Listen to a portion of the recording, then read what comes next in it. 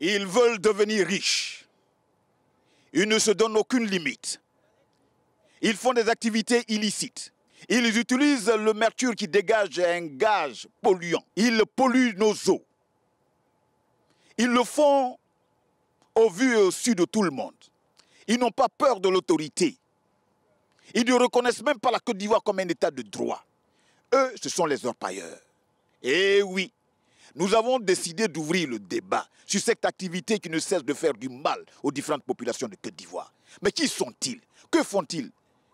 Ils bénéficient de quel soutien? Voici autant d'interrogations qu'on se pose. Et quand on se les pose, on se doit de regarder avec une attention particulière ce reportage de votre magazine Y'a Problème. Bonsoir.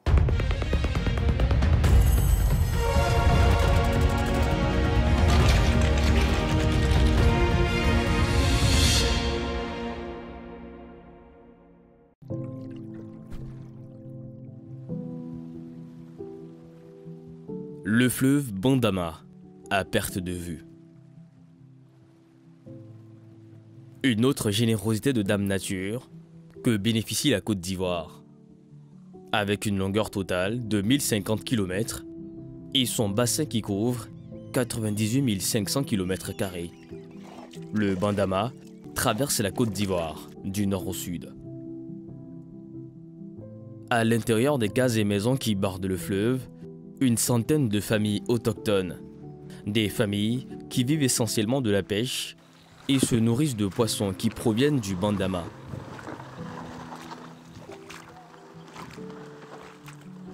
Anissé, fils et parent de pêcheurs, a toujours fait partie de ce peuple indigène qui a toujours vécu de la pisciculture artisanale et de la pêche. Mais ces derniers temps, un début de pollution se fait voir et sentir. Une pollution perceptible grâce au changement de la texture et de la couleur de l'eau. Ce matin encore, Anissé et son équipage entament une journée de pêche sans garantie. Vraiment, c'est dans ces 2 années-là qu'on a vu la couleur comme ça. Hein.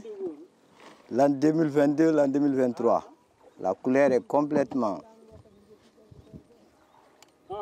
Dommage, on ne peut même pas boire. On est sur le Bandama de Béoumi, au pont cassé, à terre le pont de Bandama. Et depuis ces derniers mois, cette eau-là a un problème. Dans ces derniers mois, cette eau a des problèmes. Il s'agit de quoi? Vraiment, nous ne savons pas dans notre zone-là. Hein. Seulement, dans ces 2 ans, l'an 2022 et l'an 2023, l'eau qu'on voit aussi, ce n'est pas cette eau qu'on voyait d'habitude. La couleur a totalement changé. C'est une couleur qu'on ne peut même pas boire. Et avant, vous la buvez? Oui, oui. On prend pour préparer. On est obligé de prendre, on n'a pas autre eau, il n'y a pas eau potable. Ici, tous se battent contre le mercure et le cyanure qui polluent leur fleuve nourricier, dû à une activité d'orpaillage clandestin qui se passe à une trentaine de kilomètres de là. Ils se battent contre ces effets toxiques sur leur santé et contre les autorités qui tardent à reconnaître le préjudice.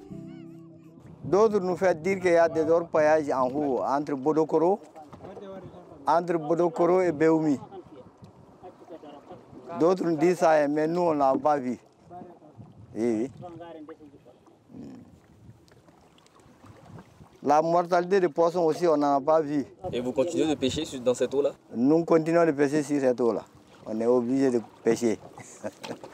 C'est dans ça qu'on vit. Malgré tout ce qui se passe, tout ce qui se raconte? Malgré tout ce qui raconte, tout ce qui se passe, on continue à pêcher. Les poissons du Bandama ne pointent plus le bout de leur nez. Ils se font de plus en plus rares. Des tonnes de mercure entrent illégalement en Côte d'Ivoire. Les clandestins l'utilisent pour séparer l'or des minerais. 1 kg de mercure rejeté dans la nature pour 1 kg d'or. Mais dans le fleuve, la pêche continue et les poissons sont consommés, même si on ne sait rien de leur niveau de contamination. La santé des consommateurs est donc exposée. L'eau ne monte plus. Nous n'avons vécu depuis longtemps ici. Quand l'eau montait assez là, il y avait toutes les sortes de poissons. Mais dans la zone de Béoumi, quand il n'y a pas assez d'eau là, on ne gagne plus de poissons.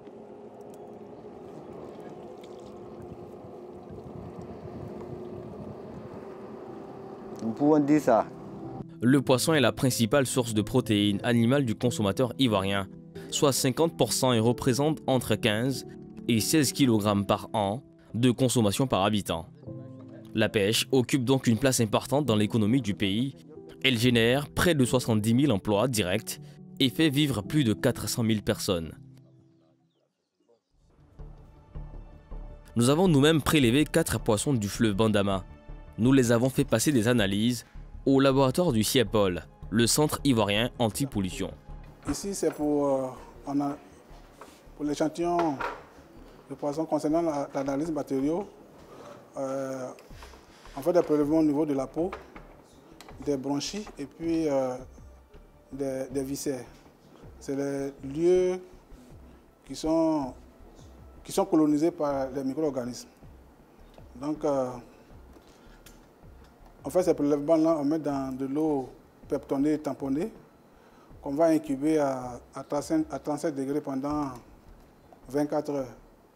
Et au terme, après 24 heures, on va maintenant repiquer sur des milieux spécifiques pour rechercher les gemmes en question. Nous avons demandé 2 examens aux analystes. Une première analyse biologique pour vérifier la présence de mercure ou de cyanure sur ses écailles ou sa branchie, et une autre analyse chimique qui, elle, s'intéressera plus à son système digestif.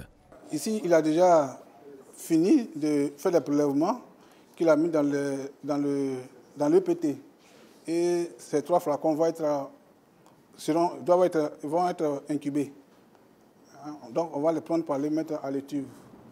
Et on va attendre un délai de 24 heures, comme je l'ai dit. Et on va venir faire le repiquage sur les milieux spécifiques pour les gemmes recherchées. Il faut dire que chaque gemme a un milieu spécifique. Voilà. Si si les entérobactéries que nous recherchons, on les met sur un milieu de culture spécifique aux entérobactéries. Donc, pour ces échantillons-là, après, on va repiquer, on va faire le repiquage pour rechercher les entérobactéries, les staphylocoques aureus et puis les pseudomonas. L'équipe du CIEPOL avait déjà travaillé sur le cas de la pollution au mercure du fleuve Bandama. Ce n'est pas donc la première fois que la turbidité du fleuve est évaluée.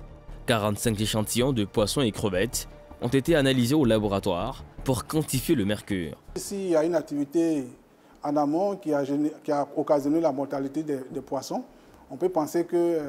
voilà. Donc, ces mêmes échantillons-là iront au service de chimie qui va, à leur niveau, rechercher les contaminants chimiques. Nous, à notre niveau, on recherche les contaminants, disons, les contaminants biologiques, notamment les bactéries qu'on fait ici. Pour le moment, nous, on ne fait pas encore de virus, c'est les bactéries seulement que nous faisons. 2 jours après, nous retournons au laboratoire pour les résultats des analyses sur les poissons. Oui, André. Le chef du laboratoire nous explique qu'au contact des bactéries présentes dans le fleuve, le mercure se transforme en méthylmercure, un neurotoxique puissant qui est ingéré par les êtres vivants à proximité. Les poissons carnivores vivant dans ces zones sont alors contaminés. Et suivant la chaîne alimentaire, la population locale qui s'en nourrit aussi.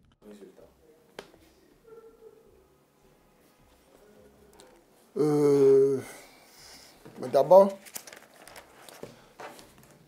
ce qu'il faut savoir, qu'il y a eu plusieurs analyses sur plusieurs matrices. Il y a eu des poissons recueillis. On a pris l'eau et les sédiments. Donc il y a eu 3 matrices organiques, l'eau et puis sédiments. Et là-dedans, nous avons fait un balayage bien contaminants. On a recherché des germes microbiologiques, même si ces germes ne proviennent pas de l'activité d'orpaillage, mais comme les poissons viennent d'une eau de surface, on a recherché ces germes-là aussi. Donc il y a eu des paramètres chimiques qui ont été analysés.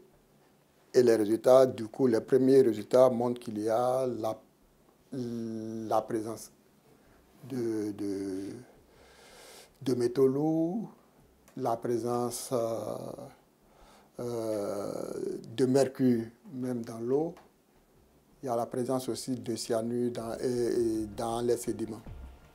Les concentrations de mercure dans le Bandama sont élevées. La quantité de mercure ingérée par habitant et par semaine avoisine 399,7 microgrammes, dépassant le seuil de 300 microgrammes indiqué par l'Organisation mondiale de la santé, OMS. En toute chose, après une analyse, il faut valider les résultats et les résultats sont comparés aux normes de réglementation, bien sûr. Voilà, il y a des valeurs guides qu'une eau ne doit pas dépasser pour qu'on puisse utiliser cette eau-là pour l'agriculture ou bien pour l'arrosage des maraîchers ou bien même pour utiliser cette eau brute pour la production d'eau de consommation. Voilà, donc la validation de ces résultats va être faite. Pour l'heure, il n'existe pas d'évaluation exhaustive sur les sites miniers du pays et aucune mesure n'est prise pour arrêter temporairement la pêche et contrôler leur paillage.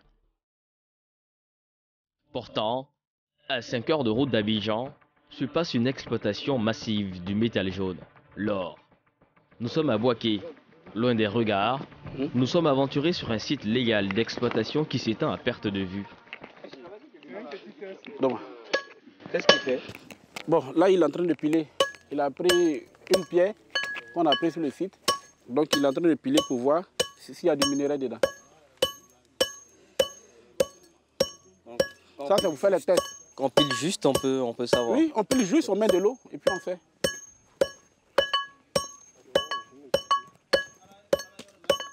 Vous voyez, quand il va finir de piler, on va faire le test, vous allez voir. Benoît, jeune Ivoirien, a décidé de faire fortune dans l'exploitation de l'or. Ici, le travail est rude. 2 jours de travail pour seulement 500 grammes d'or. Au cours actuel, 19 millions de francs CFA. De quoi attiser toutes les convoitises. Et finalement? Et finalement, voilà ce qu'on trouve. Vous voyez l'or qui scintille là. Vous voyez comme ça brille.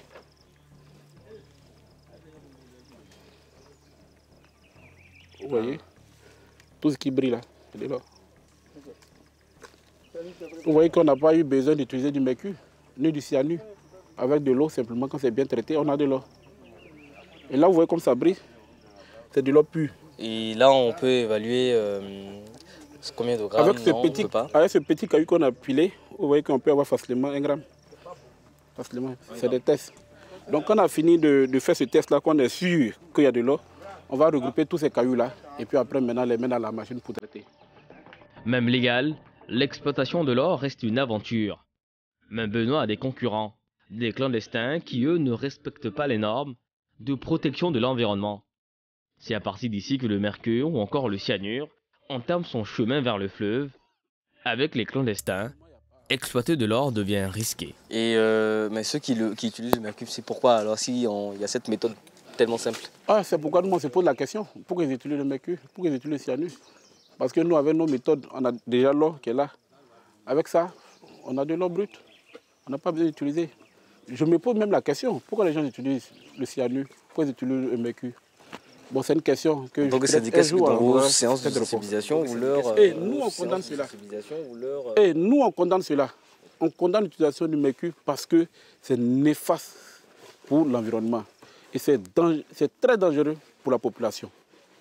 Imaginez-vous, lorsqu'on va utiliser du mercure par terre, imaginez-vous lorsqu'il va pleuvoir, nos populations qui vont consommer et qui vont boire ces eaux-là, sur combien d'années ils vont tomber malades?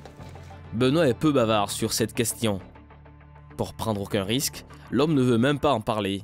Nous leur demandons d'apprendre des méthodes plus simples, d'utiliser l'eau, beaucoup d'eau, pour pouvoir avoir de l'or. Parmi ces hommes qui traitent de l'or avec lui, il y en a qui viennent des sites illégaux, Benoît a dû les repêcher de là pour ainsi les sortir de l'illégalité. Le processus qu'utilisent les orpailleurs illégaux nuit gravement à l'environnement à cause du mercure qui est utilisé pour amalguer l'or.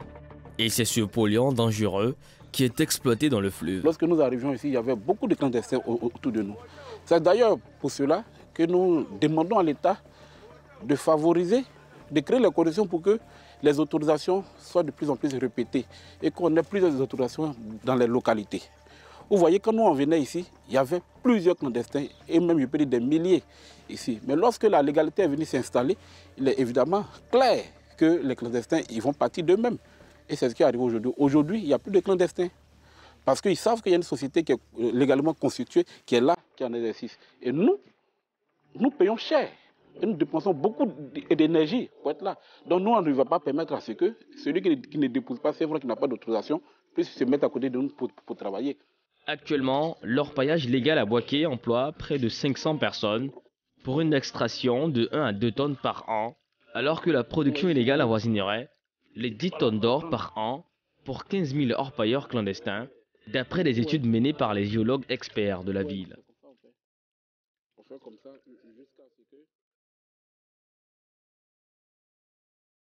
Anderson étudie les écosystèmes naturels des zones rurales de Béomi. Ce jour, il a décidé de naviguer sur le Bandama pour apporter des réponses sur la pollution du fleuve. Bon, quand on voit l'eau déjà, en observant, on voit déjà des matières en suspension. C'est-à-dire que témoigne qu'il y a des sédiments qui sont déjà en suspension dans l'eau. Actuellement, dans la saison des pluies, donc la rive est un peu montée. Voilà. Mais il y a des particules infimes qu'on peut voir. Et ça dans peut être l'eau. quoi? Et ça peut être quoi? Ça peut être des limons, mais des sédiments terrestres qui sont venus soit par la pluie, soit par le fleuve lui-même, depuis la zone de Baflé et de Goïtafla. Comme vous voyez, c'est Goïtafla qui est de l'autre côté de la rive. Et là, on est sur le Bandama blanc. Là-bas, c'est Béomi. Il faut 1,3 kg de mercure pour 1 kg d'or. L'impact environnemental et sanitaire est devenu un véritable fléau pour Béomi et toutes les zones concernées. Ça se fait qu'il y a une intense activité d'extraction dans les eaux du fleuve. Et de ce fait-là, il y a beaucoup de produits qui sont déversés dans l'eau. Des produits qu'on ne contrôle pas forcément. Aujourd'hui, notre crainte, en tant que géologue senior, notre crainte, c'est pour les populations. Parce que les éléments qui sont utilisés ne sont pas souvent contrôlés. Et il y a souvent des produits très toxiques comme le cyanure, qui à la base sont utilisés pour extraire l'or de la roche.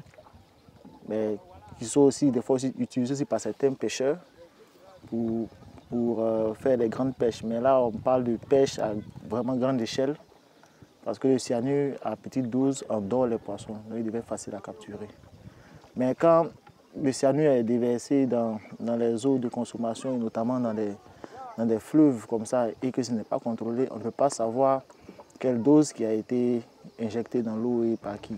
Que faire? L'orpaillage illégal signifie insécurité, problèmes de santé publique, destruction de l'environnement et préjudice financier. La réponse doit être militaire, judiciaire, économique et diplomatique.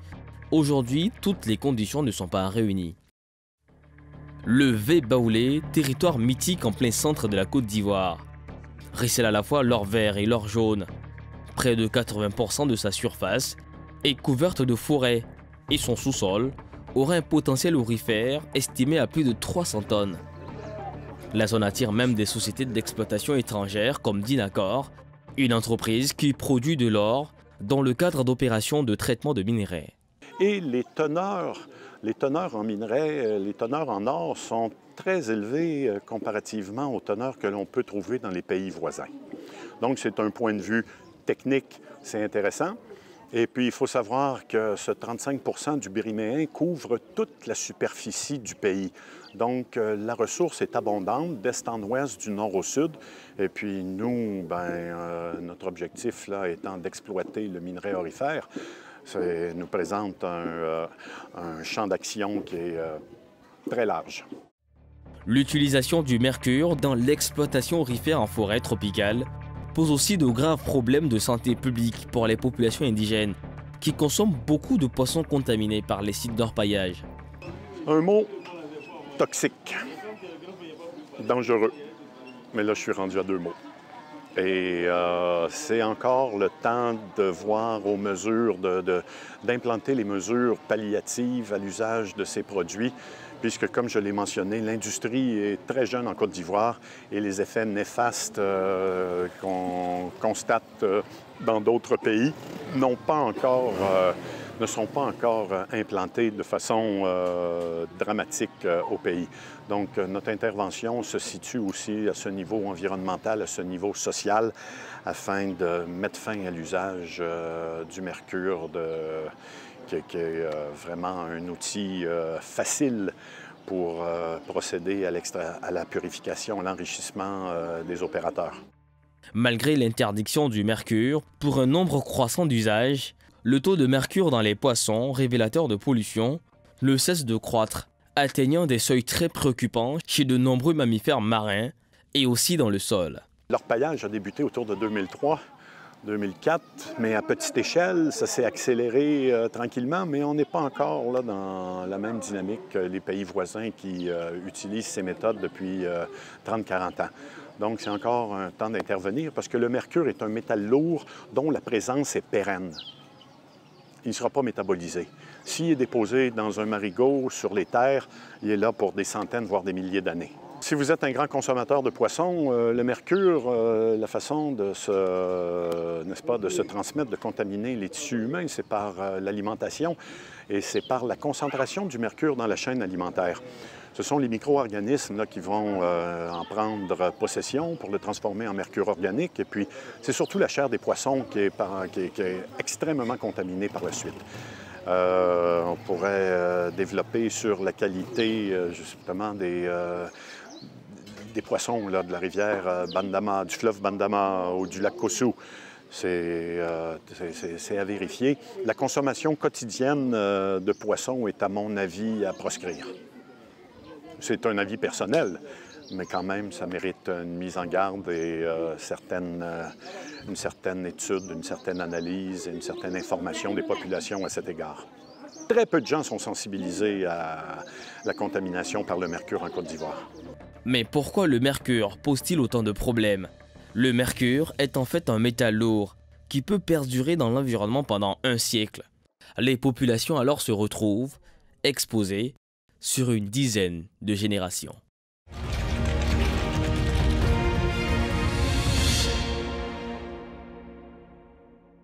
C'est à juste titre que nous ouvrons le débat concernant donc l'orpaillage clandestin, parce que c'est un véritable danger qui nous guette. On a l'impression qu'il n'en est absolument rien. Non, non, non et non. Je suis heureux d'avoir donc sur ce plateau, n'est-ce pas, de votre magazine Il y a problème, Monsieur Koulibaly Seydou, vous êtes directeur général des mines et de la géologie. C'est bien ça, Denis. À côté de vous, vous avez donc le professeur Bernard Ossé, Yapo, vous êtes DG du CIAPOL. Oui, merci. Monsieur le directeur, comment le ministère évalue-t-il donc l'impact de l'orpaillage clandestin sur l'environnement? Certains acteurs qui devaient appliquer pour avoir les autorisations d'exploitation minière, artisanale et semi-industrielle sont restés encore dans l'illégalité. Alors, pour pallier à ça, l'État de Côte d'Ivoire, le ministère a créé ce qu'on appelle la brigade de répression au code minier, qui était chargée d'identifier les sites illicites et les déguerpir. La brigade a eu des succès et on s'est rendu compte qu'elle avait des limites. Avec toutes les conséquences que cela engendre, l'excès d'activité engendre, au plus haut niveau, le CNS a créé ce qu'ils appellent le groupement spécial de lutte contre l'orpaillage illicite, le GESLOA. Et le rôle de la brigade maintenant était de faire identifier tous les sites, collecter toutes les informations et remettre au GESLOA pour faire le déguerpissement. À côté de ça, on voit que l'orpaillage continue. Donc un certain nombre d'actions, on a décidé de mettre en place un certain nombre d'actions.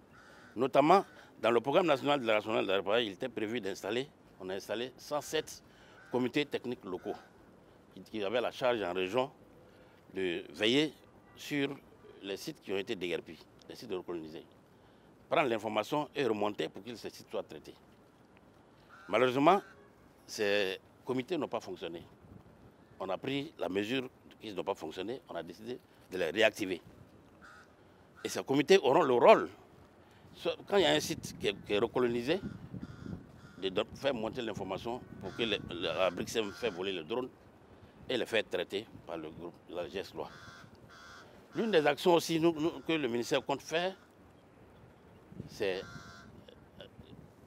on est en train d'équiper la brigade d'équipement de drones qui vont voler un peu sur toutes les zones de territoire.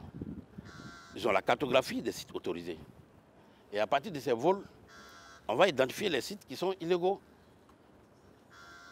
Et toutes les informations seront collectées et données à la brigade, au groupement spécial de lutte contre l'orpaillage illicite. Ok, Monsieur Koulibaly, je vais revenir à vous tout à l'heure parce que pendant que vous parliez, il y a une question qui me trottait. Parce que vous avez dit qu'il y a des sites qui sont autorisés et il y a d'autres qui font des activités illicites. On est quand même dans un État. Quelqu'un paie ses impôts, il a fait des démarches pour recevoir des documents qui l'autorisent à travailler dans un pays comme la Côte d'Ivoire. Et à côté de lui, il y a quelqu'un qui ne paye pas d'impôts, qui ne fait rien du tout, qui défie sans scrupule l'État de Côte d'Ivoire, qui a certainement profité des faiblesses que les dispositifs qui ont été pris ont montré, et donc il continue de travailler. Aujourd'hui, avec tous les moyens que le ministère se donne, est-ce que vous pouvez regarder les Ivoiriens aujourd'hui, toutes ces populations qui en souffrent terriblement? Parce que moi, j'ai eu dire que le fleuve Bandama, il n'est plus utile même aux populations, mais plus grave. Et toutes ces préoccupations-là, je voudrais que vous les gardiez quelque part, n'est-ce pas? Parce que je vais revenir à vous, le temps que j'échange un peu avec monsieur le professeur Ossé Yapo. Mais plus grave, c'est que ceux qui sont dans l'orpaillage clandestin menacent l'État de Côte d'Ivoire pour mettre fin donc au réseau électrique. C'est-à-dire qu'ils sont même... C'est-à-dire qu'ils poussent loin le toupet pour dire qu'ils vont mettre la Côte d'Ivoire dans le noir. Tellement on les a laissés faire. Je voudrais signifier que c'est depuis 2013 que le ministère de l'Environnement et du Développement durable, d'alors, pas le ministère de l'Environnement, du Développement durable et de la transition écologique, mais du Développement durable, en 2011, lorsque ce ministère a été créé, a pris la mesure de la question d'orpaillage. Nous avons été les premiers sur les sites d'orpaillage. Parce que le ministère de l'Environnement, c'est quoi? C'est celui qui fait le constat de la dégradation de l'environnement. Et nous nous sommes rendus compte qu'il y a une activité qui se passe et qui était beaucoup implantée au nord de la Côte d'Ivoire et qui commençait à avoir des impacts sérieux sur nos ressources naturelles, surtout sur les eaux, mais aussi sur la vie des citoyens qui vivent dans ces zones d'orpaillage. Nous avons parcouru donc du nord de Tengrela à Korogo, nous sommes venus jusqu'à Kokumbo, ainsi de suite. Et de là, nous avons sorti un rapport que nous avons présenté en termes de communication au Conseil des ministres, qui a ébranlé tout le gouvernement. Et le gouvernement a demandé à ce que cette question soit prise au sérieux, invitant tous les ministères à se prononcer sur la question de l'orpaillage. Il y a eu des missions parallèles et tous les ministères, de façon concertée, ont produit un rapport, enfin un communiqué en Conseil des ministres en 2013 qui a été signé par tous les ministères qui sont concernés par la question, agriculture, mines, environnement, ressources halieutiques. Tous ces ministères ont participé donc à la réflexion et nous avons produit un communiqué en Conseil des ministres où le ministère a pris déjà la mesure de la situation et a demandé que soit mis en place un comité de réflexion pour la rationalisation de la question de l'orpaillage en Côte d'Ivoire. Mais le projet, quand le PNRO, comme ça, quelque chose s'appelait, était logé au ministère des Mines. Mais je voudrais rappeler que la question de l'orpaillage n'est pas le fait du ministère de l'Environnement. C'est une activité minière. C'est une activité minière. Et le ministère de l'Environnement ne fait que constater l'impact de cette activité minière sur l'environnement, c'est-à-dire que sur les ressources naturelles. Donc ce que nous faisons, c'est nous contrôlons les ressources en eau, que nous surveillons, et lorsque nous avons des écarts de la normalité, nous informons donc les autorités pour dire que, attention, telle activité est une menace pour l'environnement, il faut y remédier. C'est ce que nous avons fait, mais nous avons travaillé de concert avec le ministère des Mines, avec qui, depuis cette question d'orpaillage, nous sommes venus comme des binômes sur la question. C'est d'ailleurs juste dire que je suis heureux de vous recevoir. Oui. On va revenir sur votre développement tout à l'heure. Je comprends bien que vous puissiez travailler ensemble. Alors, monsieur Koulibaly, je suis à vous. Est-ce que les préoccupations que j'ai posées vous interpellent, vous parlent? Ou bien c'est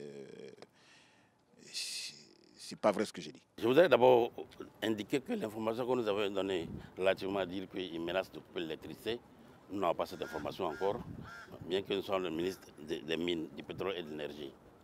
Mais je reviens, je suis d'accord avec vous que c'est un véritable problème. Tout le monde est conscient.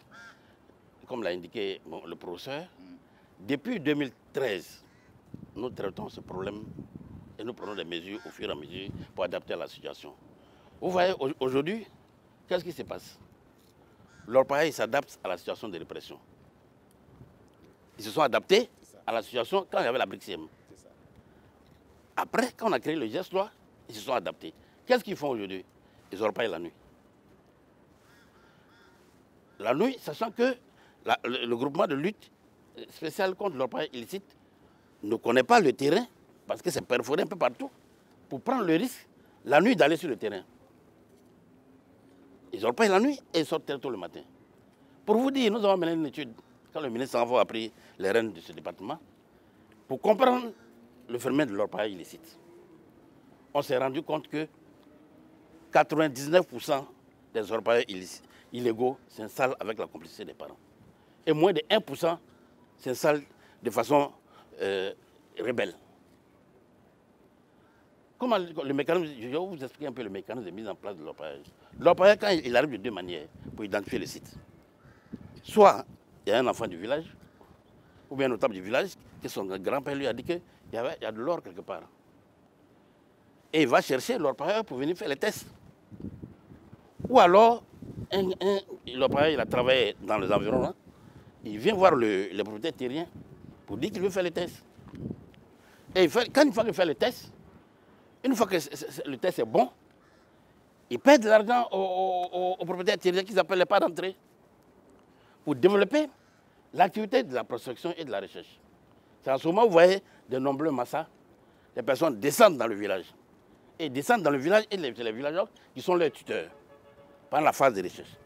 Une fois que c'est découvert, il y a une clé d'exploitation qui est mise en place où tous les acteurs, les propriétaires terriens, les chefs du village, la mutuelle, le président des jeunes, le président des femmes. Et ça, quand vous voyez les pelleteuses sur un site, les pelleteuses sont partis d'où? C'est d'Abidjan. Elle a parcouru tous les chemins, elle a dépassé plusieurs corridors avant d'arriver sur le site.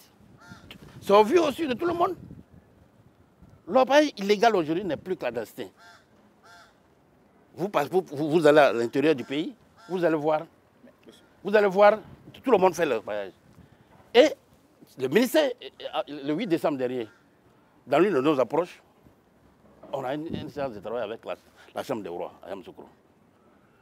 La seule thématique, c'était la thématique de l'orpaillage illicite. On a présenté l'état des lieux, qui est très alarmant du point de vue environnemental, sécuritaire, sécuritaire, avec tous les mots, et demander, eux qui sont les premiers détenteurs de nos us et coutumes, qui sont en milieu rural, voici comment les orpailleurs s'installent. Quelle est pour vous la solution pour éviter qu'on donne nos terres? Voici la question de John Day. C'est pour cela que j'ai dit, je vous remercie de l'occasion que vous m'avez donnée pour communiquer sur cet aspect et attirer l'attention de tout le monde. Il y a de quoi, M. Koulibaly, à interpeller les uns et les autres, parce que c'est grave. Quand vous dites que l'orpaillage clandestin n'est même plus clandestin, c'est-à-dire que c'est au vu aussi de tout le monde que cela s'opère. Mais plus grave. Je veux dire que quelque chose qui est clandestin, quelque chose qui est illicite, ce n'est pas légal. Mais au-delà de l'illégalité même de leur activité, ils se permettent d'introduire des produits toxiques. Oui, allez-y, monsieur. Oui, comme je disais, nous n'avons pas peur, c'est la situation qui nous fait peur. Comment est-ce que l'orpaillage est arrivé en Côte d'Ivoire?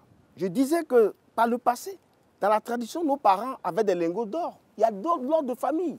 Mais comment ils arrivaient à avoir ce or-là? Parce que c'était dans les alluvions, c'était dans les marécages. Quand ils vont au champ, souvent dans les eaux, ils ramassent des pépites d'or. Pour dire qu'il y avait de l'or chez nous. Mais ils ne faisaient pas une exploitation en tant que telle, comme une activité.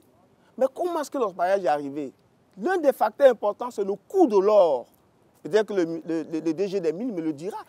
Aujourd'hui, 1 gramme d'or, c'est pratiquement 26 000 francs. À moins que je me trompe. Mais quand le coût de l'or a augmenté au plan international, du coup, ça a donné déjà des airs de richesse, de s'enrichir par les populations, mais pas par nos populations. L'orpaillage est arrivé pendant la crise militaire en Côte d'Ivoire, où il y avait la rébellion au nord, et les premières personnes qui sont venues de l'extérieur pour intégrer la question de l'orpaillage en Côte d'Ivoire. Et ça a été dit dans la communication au Conseil des ministres qui a été produite en 2013. C'est une activité qui a été importée et du coup qui s'est implantée en Côte d'Ivoire parce qu'au nord, l'administration ivoirienne, l'administration minière ne pouvait plus intervenir. Et il y a eu un laisser-aller pendant des années jusqu'à ce qu'on arrive à la crise post-électorale en 2011 pour que l'administration reprenne ses droits sur le territoire pour constater qu'il y a un mal pernicieux qui s'est implanté auquel il faut mettre fin. Et c'est depuis 2013 que cette bataille a commencé avec le ministère des Mines. Je disais que l'orpaillage est une activité minière. Donc, les gens sont venus de l'extérieur en apportant toutes ces techniques de décapage des sols, de traitement par du mercure, par des produits chimiques toxiques et à la recherche de l'or. Et finalement, on s'est rendu compte qu'au fil du temps, nos populations autochtones ont fini par adhérer à la chose. Et ça a commencé à prendre de l'ampleur. Au départ, l'orpaillage était localisé au nord jusqu'au centre. Mais aujourd'hui, toute la Côte d'Ivoire est couverte. Les 31 régions de la Côte d'Ivoire ont leur orpaillage. Mais comme il a dit tout à l'heure, comment cela vient? Par le gain facile. Le bonhomme, il arrive, il vient les faire miroiter. Il y a de l'or ici. Si vous nous donnez votre parcelle, nous l'exploitons, on est prêt à vous payer 25 millions, on est prêt à vous payer 40 millions. Du coup, nos parents sont déjà... C'est-à-dire que même quand il vend une tonne de cacao dans l'année, il ne peut pas en avoir. Donc, mais il ne sait pas que derrière, les conséquences sont énormes. Parce que l'orpaillage retourne le sol, c'est-à-dire tue l'agriculture. Donc, vient pour nous affamer. L'orpaillage vient pour détruire nos ressources en eau. On n'a plus d'eau potable à boire. Elle va instaurer des maladies.